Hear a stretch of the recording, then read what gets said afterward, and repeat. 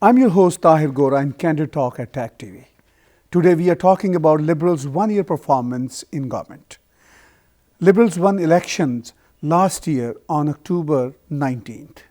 Prime Minister Trudeau and his cabinet sworn in on November 4th. So far, the nation has seen the first budget being delivered by the Liberals, as was legislation on physician-assisted death. 7 new independent senators were appointed. Promises were made on pot legalization and electoral reform and a new healthcare deal and a price on carbon.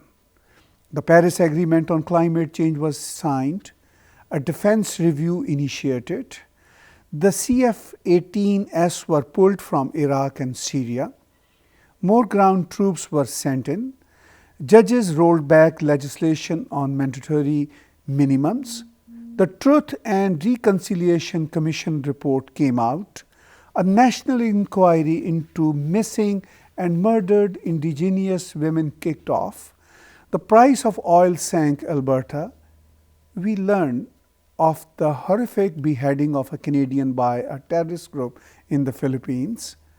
There is a talk on an oversight of Bill C-51. A new Bill C-22 is on its way. Today I am joined with two gentlemen. I welcome Ali Naqvi and Devesh Shankar. Ali Naqvi happened to be an NDP candidate in last year's federal election. Devesh Shankar is a political and social commentator. Welcome both of you. Thank you for inviting us, Mr. Gora. Thank you, welcome. And Ali, as I have mentioned, some of the features Liberals have secured during the last 1 year. So would you like to add something in it, or would you like to comment on any of those? Well, it was a good summary of promises made and not delivered. Today is the anniversary of a bad marriage that we signed up for in October last year. People of Canada had high hopes and now have high disappointments with the Trudeau Liberal government. Environment was a big issue in the last federal elections as well. Promises were made, and this is one of the issues where promises were not only not kept, but they were destroyed by actions of the Liberal Party. So right off the bat, after taking the oath of the office, a whole big contingent of the Liberals and others went to Paris on, of course, taxpayers' expenses. We signed the Paris climate deal. However, once we came back in the last few months, the Liberals have approved the Site C Dam, the biggest ever drastic anti-environmental project undertaken in Canada. They approved that. They are supporting the pipeline ventures. We talked about Aboriginal population of Canada. Promises were made, except for initiating the inquiry. Left, right, and center, the promises made, including education, clean water, the basic human rights for Indigenous people, they were promised, and the Liberal government has failed. So these are some few failures of the Liberal government. So as a consumer, as somebody who signed up with a Liberal Party government who was supposed to be dealing in sunny ways, I believe that we have been offered darkness and nothing else. So Devesh Shankarji, as you heard Ali Naqvi's commentary on summary and on issues, so what is your take on Liberal government one-year performance? Yeah, first of all, I would like to thank you, Mr. Gora, to inviting me on such a good show. It is really a privilege to talk about these issues. Yes, I will second Mr. Naqvi's statement that we have entered into the bad marriage. Absolutely, yes. We did a mistake, but there was a promises which in Canadians thought that it may take us to a different path, to a much growth prospect was shown to us. Because if you see, so before we proceed further and to let's start examining what happened last 1 year, we need to see what happened in the Harper's government, right? So, if you see the Harper's government policies, it was very conservative in the nature in terms of economics, right. But one thing Mr. Harper made sure that the fiscal deficit and budget deficit is under control, which was very good thing to do considering the whole global economy. We have to accept the fact that today we live in a global village. So, you are not doing something which only affect your country. It is the whole scenario which you have to consider, and your economic policy and foreign policy is a very good example for that. So, considering that, because it was not great economic growth, but it was sustainable during Harper's government, and but it was not good enough for Canadian. That is why Mr. Trudeau come. But if you see his economic policy, since he has come, he is talking about investing, creating more jobs, expenditure, and so forth, right. But when you see for last 1 year, you see there is a decline in the job market. 32,000 jobs were lost in July itself, which is not a good sign for us. Fiscal deficit and budget deficit is going up, and we know it is not a mystery that fiscal deficit and budget deficit in a longer perspective is not good for our country, right. There may be some short term benefits which we haven't seen so far, but there will be more losses for us in the future. Greece is a right example for that, because I don't see any austerity in our expenditure. So, that is one concern for me. The second concern which I see is foreign policy, where we have lost every what you see image of Canada, which was built very rigorously by Mr. Harper, and it just shows that we are standing alone when it comes to Syria. We have broken all the promises on that. We were part of NATO, now we are not anymore. We are standing alone with a unique policy which I don't know where we are going to land with. The second thing which I would like to highlight is, and as Mr. Naqvi also highlighted, is about promises to our First Nation. You must have, I don't know how many of us know, but there was one thing which Trudeau did last month, when he signed and agreed to start work on the sea dam, which is against the First Nation treaty, right. So, these are the things which really shows us that future is not bright with Mr. Trudeau, Canada. So, Ali, your party NDP was a strong critic of Bill C-51, and today we are hearing about a new Bill C-22, and also there is a sort of a talk. I would not say there is a reality, but I overheard kind of that there is an oversight of C-51. So, what is your take? Liberals' position on Bill C-51, because they agreed on Bill C-51. Okay, Mr. Gora, first of all, I disagree with Mr. Harper's fiscal policies. He believed in the trickle-down economy. I don't. I also believe that Trudeau Liberal government is following in the footsteps of Mr. Harper when it comes to the foreign policy. Look at our sales of military equipment to Saudi Arabia, the biggest violator of human rights on the globe today. We are unashamedly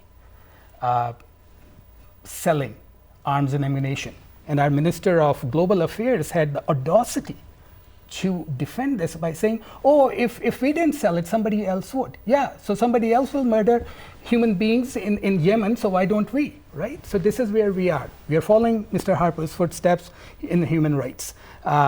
When it comes to foreign policy, as Shankarji was talking about, since November to now, any and every vote on Israel and Palestine issue, there are only 4 countries: United States, Canada, Marshall Island, I forget number 4.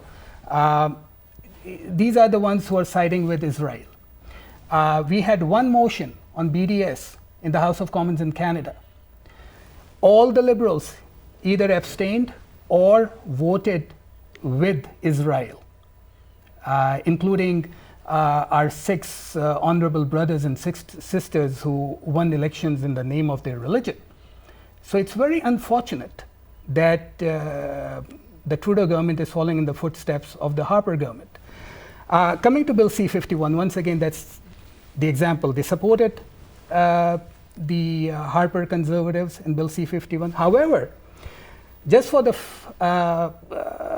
cover their faces, to show their faces to public, they proposed, when they were number 3 party in the parliament, amendments, dozens of them. Now they have been in power for 1 year. Why could they not implement their own amendments that they had proposed? No, but they are doing what the British Raj used to do in the Indian subcontinent when they ruled India. Whenever there was an uprising, whenever there was an issue raised by the people, they would set up a commission. So now, for anything which is bothering you today, there's a commission set up. So there is going to be a public inquiry into, a public consultation into C-51. Wonderful idea. You know, I have a gun on my head. Let's first have a public consultation about my human rights, whether I deserve them or not. You know what? These public consultations, starting in October, you cannot even enter unless and until you are security screened, until you can show them a government-issued ID. There are people in Canada who do not have government-issued IDs. They do not have driver's licenses. They do not have passports. And if you want to go to get ID, you pay $40. There are people who cannot afford to do so. They don't travel. They don't drive. They don't have the right to talk about their human right in that public consultations. This is the so-called progressive, and in effect conservative Trudeau government we are looking at. They continue to agree with. The most conservative person in the cabinet is the Minister of Public Safety and Emergency Preparedness. Let me give you an example. One of our brothers, a Sikh gentleman from Markham, wanted to fly home from India through Amsterdam to Canada, to Toronto. He was told that he's on a no-fly list. He is stranded for the last few days in Amsterdam. And our minister's spokesman says, sorry, can't help you. It's beyond our control. So this is what happened in Mr. Harper's time. This is what's happening in Mr. Trudeau's time.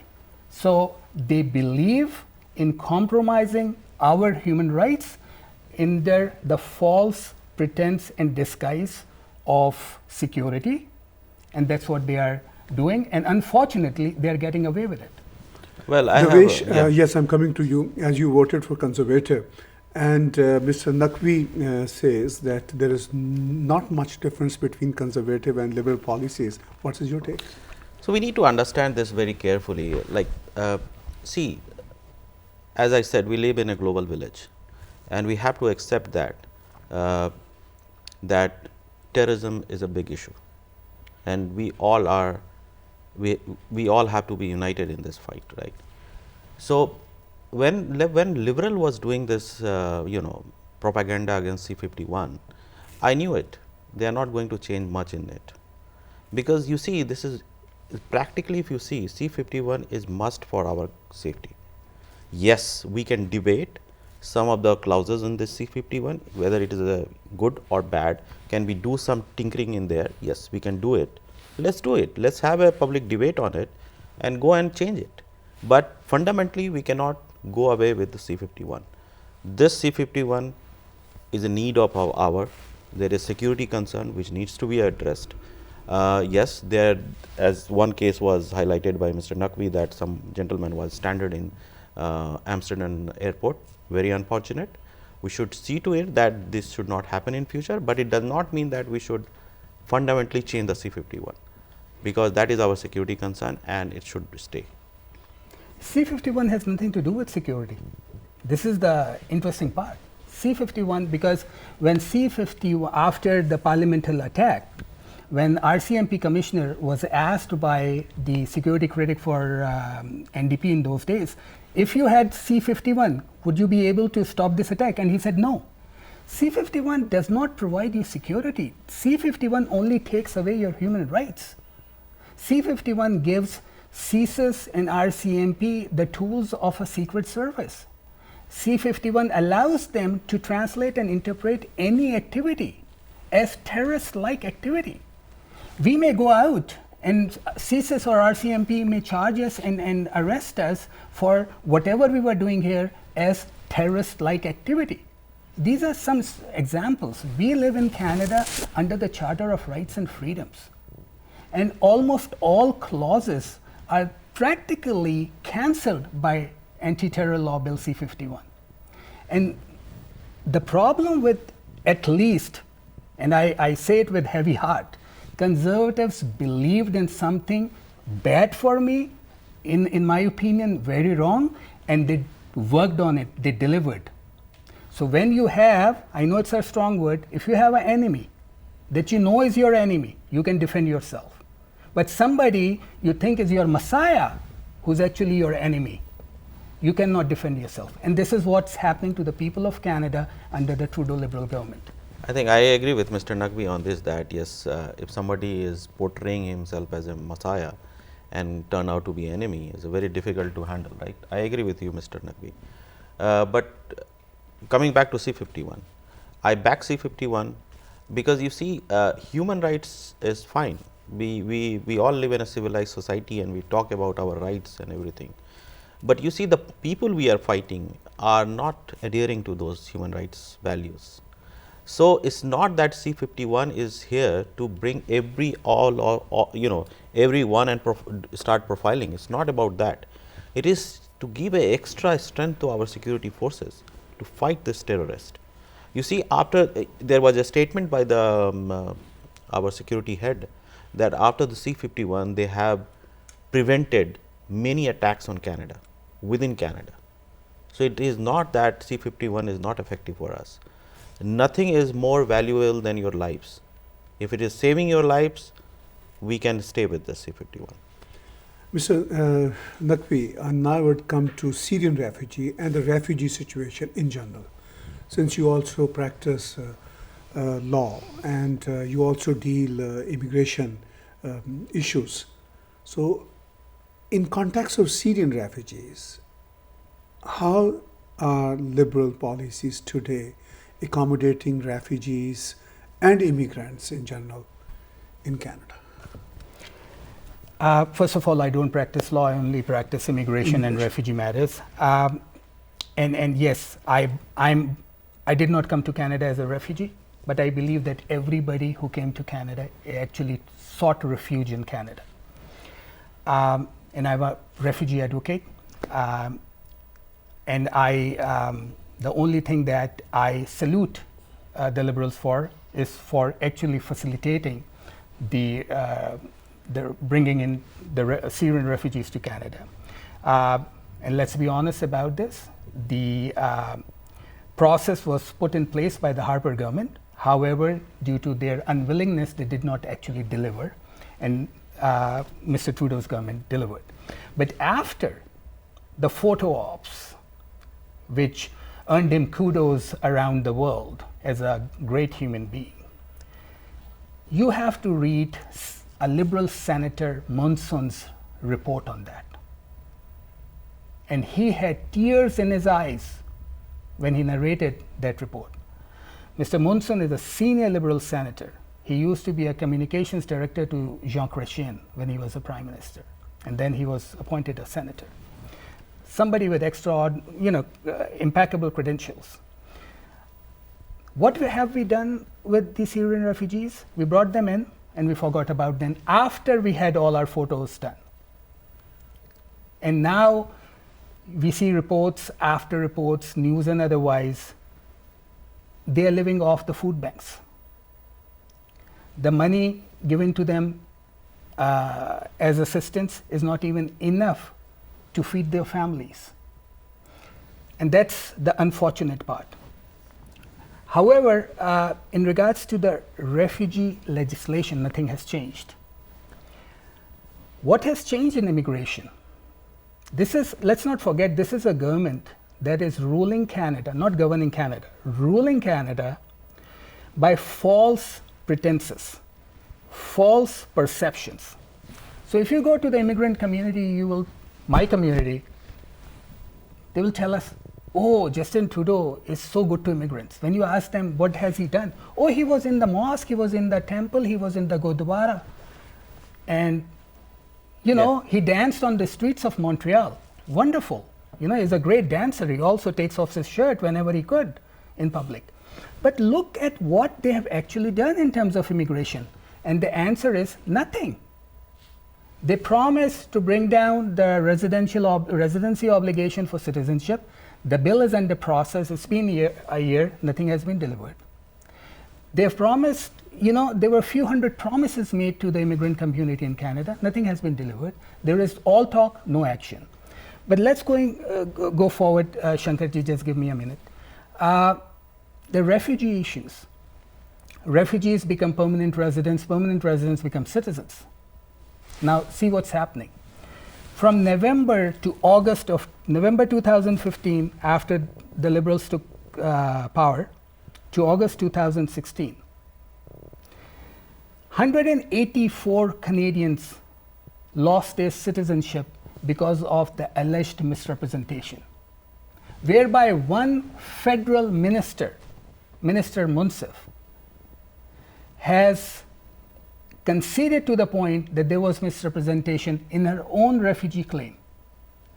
Unfortunately, the law of the land that the Conservatives brought in and the Liberals are applying on a daily basis. By the way, Conservatives, when they passed the law, they were only revoking citizenships around 3 citizenships a month. Liberals are revoking, since they took power, 34 citizenships a month. Look at the difference. And these are the people whose own minister should be charged under that law, which does not give somebody the defense and the right to appeal. So, on one hand, we see a Nigerian woman medically proven to be genitally assaulted, whatever it's called, I forgot where, genital circumcision that happens unfortunately in Africa. Right. Yeah. Her refugee claim, approved refugee claim, was cancelled because they found an error in her name. So her name, according to her, is according to the document, is G-I-F-E, whereby according to her, it's G-I-F-T. Her refugee claim was cancelled. She's under deportation. And our minister is not even being investigated. We want that law abolished. We want our minister to remain the minister. You know, she's our sister because she's an immigrant just like me. But, okay, save your minister, change the bad law. But no, we are not going to investigate our minister because we are God's gift to the people of Canada, and we are not going to change the law. So you and I, our citizenships can be revoked, but because we are not Liberal MPs or front row ministers, therefore we are not, the law will be applied to us. Yes, Deveshi, you were talking about foreign policy. In Harper government, Conservative have good relationship with India. And in today's world, India and China are 2 big economies. What is your take on Liberals' relationship with India particularly? Well, before I go to foreign policy, I would like to just add what Mr. Naqvi was highlighting. I think whatever he highlighted is more of a technical issues rather than any policy oriented reflection of Liberals. But one thing is for sure, when I look at the fees of citizenship, which has been increased from $100 to $500. Now, just take an example. If you are a family of 4 people, it costs you like around $2,000 just for applying for citizenship. So, there is actually a reduction in applying for citizenship. So, Liberal is actually making all the efforts indirectly or directly to make sure that there are few people for citizenship lineup, right? So, this is your Liberal government. Now, coming to the foreign policy, I said I am hugely disappointed with the foreign policies. It will land us nowhere. At least Harvard government was brave enough to sign an agreement with India, looking at India's future, which will depend on high consumption of energy. We have agreed to give them uranium, and because India has a good record in nuclear arena, that's why we agreed to give them uranium. But since then, there is no progress. Since the liberal government has come, where Mr. Modi is going everywhere, meeting any leader you think in this world, Canada is nowhere to be pictured, right? There is no, at least there is no photo opportunities going on. So I don't know whether there is any progress has been done since Harper has left. So it is still in the cold chain. I don't see anything moving, because it was a right opportunity for liberal government to go and shake hand with the Indian and do some business, because this is the right time when they are going to build a lot of nuclear projects are going to sanction in India. And if you see, we are a net exporter of energy. Canada is only few countries in the world who are the net exporter of energy. I don't see any policy, any effort from liberal government going toward that area with India, where India has a huge potential and market, and you will, Mr. Naqvi will agree that we can do a lot of work with India and in turn boost our economy. But I see nothing going there. We are also missing opportunity of China. Trade between China and Canada has actually declined since last 1 year. If you see, there could be external factor for that, but it has declined. So that's what I'm saying. Our foreign policy is going to take us nowhere. So liberal government has to put a lot of thought on it and start acting aggressively on foreign policy. As an NDP supporter, actually NDP candidate in past elections, I would say, yes, you criticized Liberals' performance for the past year. Is there any positive aspect you see in Liberal government? Absolutely, absolutely. I have high hopes. So, and this is why I'm disappointed. I see a number of young, energetic, sometimes grassroots activists being elected and given cabinet posts. But turns out the culture of entitlement is in liberal DNA, federal liberal DNA. And I see these great young activists, consumed in that culture. So instead of going out and sacrificing themselves for their constituents and bringing policies and private members' bills, and I see them, they enjoying the borrowed limelight of Justin Trudeau. Almost all cabinet ministers have better credentials than Justin Trudeau, their prime minister, and my prime minister, and our prime minister.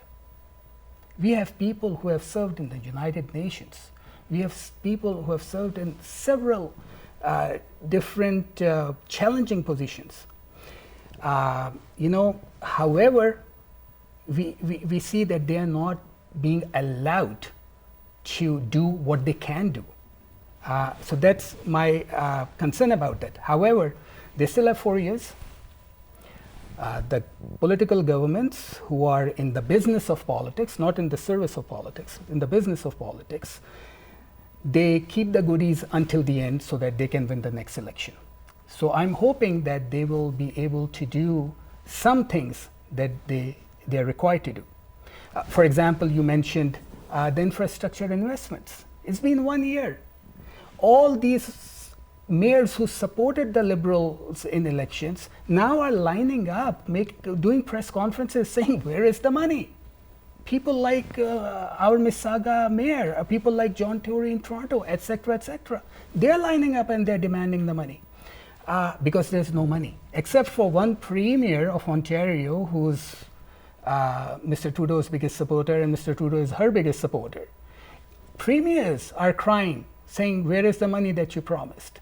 There is not yet any investment. And on top of that, TD Bank has come out with a report this week saying the projected deficit will be $16 billion more than budgeted by the Liberal government. $16 billion more. Instead of $34 billion, it's going to be $16 billion more. Double the amount almost. Our next generations and their next generations will be paying that loan that we are going to borrow. So I asked actually some good thing in Liberal government and I couldn't get any good. Oh, we have a very good looking Prime Minister. Yeah, he's one of the most. And as a conservative supporter, do you see any good thing in Liberal government's 1 year performance? Sorry, I'm afraid I don't see any future, a good future in coming days. Primarily because being a student of economics, I see a very grim picture. Considering the expenditure, what Mr. Naqvi has already highlighted, and I also said the way we are increasing our deficit, it will be very, very difficult for us to cater to that depth. Considering that, if you see the last quarter statistic Canada report, you will see that our economy has shrunk by minus 0.4% in July itself. So it is a very, very bad picture. Our export to consumer in consumer goods and auto sector is going down. So I don't see any policy coming from Liberal government to correct that. So that's what I'm saying, that only just going for expenditure, and as Mr. Naqvi is saying, where is the money? Money, where will you get the money where your economy is shrinking? There is no money, and you don't see any policy from Liberal government to simulate that. Just for talking about infrastructure development and those kind of things, it's not going to happen. So you have to go to the basic of economics to get the thing corrected. That's why I'm a big fan of Mr. Harper, and I'm afraid I don't see any good future in coming days. It's a hard time. In the end, Ali, I would like to know if you want to add anything in your criticism. Well, I would not like to add anything to my criticism. I would actually like to talk to people and say, listen, Justin Trudeau is a good young Prime Minister, does not have the experience or the credentials to be the Prime Minister, but we lined up and voted for him. He's just a politician. He's not a messiah. Anything and everything that I said, I'm willing to stand by it and debate if anybody wishes to debate about it. They're all referenced. We need to look at the Liberals. You look at people in the parties based on their history, based on their history of making and breaking or keeping promises. And if you want, usually people say, oh, that's what politicians do. They make and break promises. Look at Rachel Notley in Alberta, that government. You may not agree with them, however, they're keeping their promises. The promises that they made, they're keeping with it. The official opposition leader had to say, hey, listen, you don't do this in politics. You don't keep your promises. So Liberals can do that. They have 4 years. And however, the people of Canada, especially the new Canadian community, should stop being fooled by the Liberals. They should ask the pertinent questions. They should ask, you promised us this, where is it? Have you even tried to deliver? And that is my request to all my friends out there. Yeah. Yes, please. You want to add something? Yeah, that's what I'm saying. This is the high time we should focus on the real issues rather than going for parking exemptions, mosques, temples. Let's focus on the right issue, ask the right question to your politicians. They are not above you, they are equal to you. So please consider that fact and question hard. You put a hard question to the politician, and that's the way this politician will understand that we cannot be fooled easily. Thank you, gentlemen. I really appreciate for your time, for your insight. Viewers, you just watched a very strong criticism on Liberal government's 1 year performance. #1 multicultural channel. This is TAG TV.